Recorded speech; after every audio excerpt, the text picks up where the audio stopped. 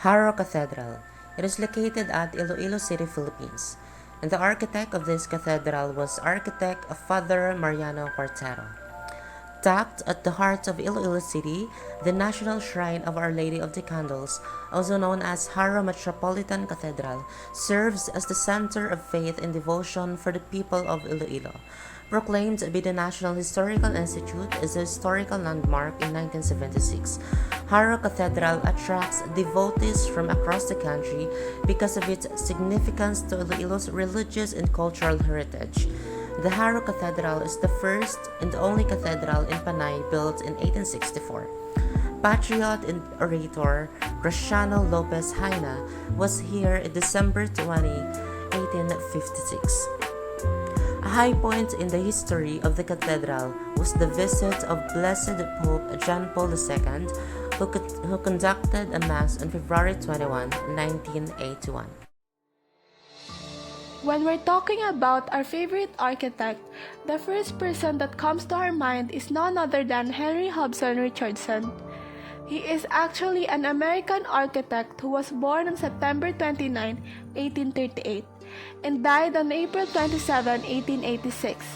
He is most known for his work in the Richardsonian Romanesque architectural style.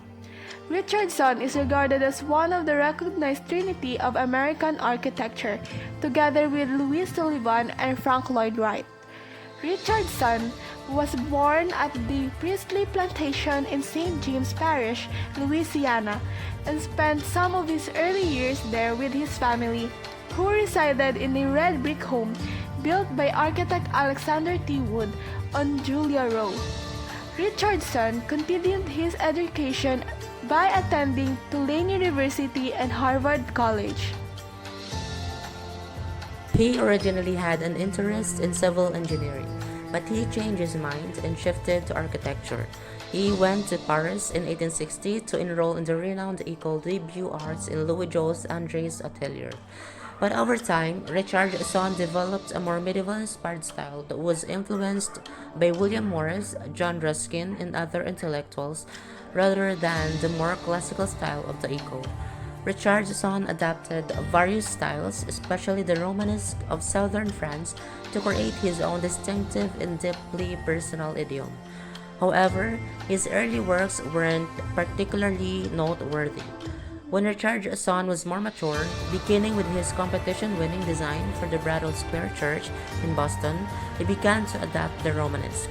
However, there are few signs of this in his early, pretty mediocre work.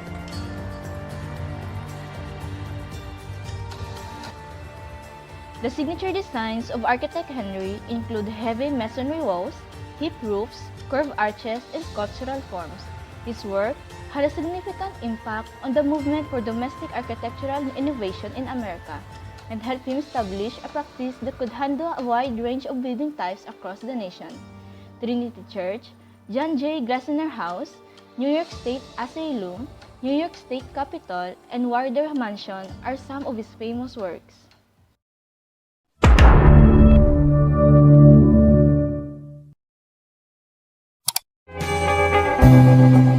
Hello everyone! We are your second year architecture students from the University of San Agustin. I am Hananat Brillantes. I am Krishna Bicares. And I am Benny Florindia. So join us on our tour and discover the beautiful structure of Haro Cathedral Church.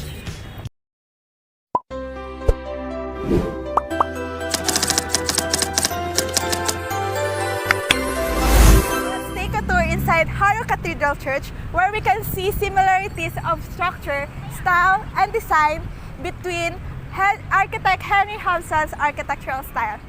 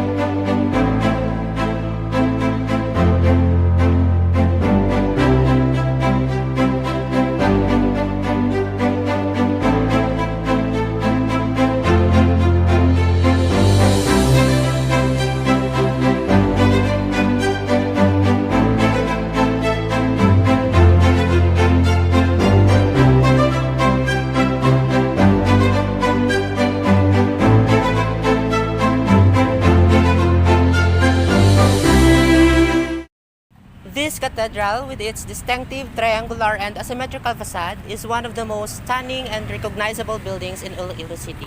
So as you can see with the facade of the cathedral, it has stairs leading to the National Shrine of Our Lady of the Candles above. And its arch windows and entryways, square towers, and red roofed dome are all enough indications that this structure is an example of Romanist revival architecture, and which, by the way, proves that this cathedral indeed has similarities to architect Henry's architectural style based on some of his masterpieces. Typically, Romanist revival structures have small layouts and blocky massing. The use of heavy masonry or brick or rough finished stone, walls pierced by large multiple course round arches, small windows, thick walls, and a predisposition for holding art sculptures representing biblical scenes are the style's defining characteristics. And I suppose that the Quijano Cathedral has these characteristics from its exterior and interior design. Saint Josemaria Escriva's relics are also housed at the church. With the exception of the icon of the Madonna, the church's principal pillars are also adorned with an all-male groupings of saints in response of Muller Church, a all-female theme. The arrangement was created. Many parish and archdiocesan offices, as well as a chapel for continuous adoration, are located on the cathedral's grounds. St. Vincent Ferrer Seminary, the archdiocesan seminary, is about a block distant, and the Archbishop's Palace is across the plaza. However, the bell tower's neo-Gothic, neoclassical design is unnecessary and clashes with the Romanist style of the church, spoiling its formerly low but attractive profile. The area in front of the church that was formerly a landscaped plaza is now a concrete expanse of parking places, and aside from the towers and the balcony, there are horrendous huge pots all over it.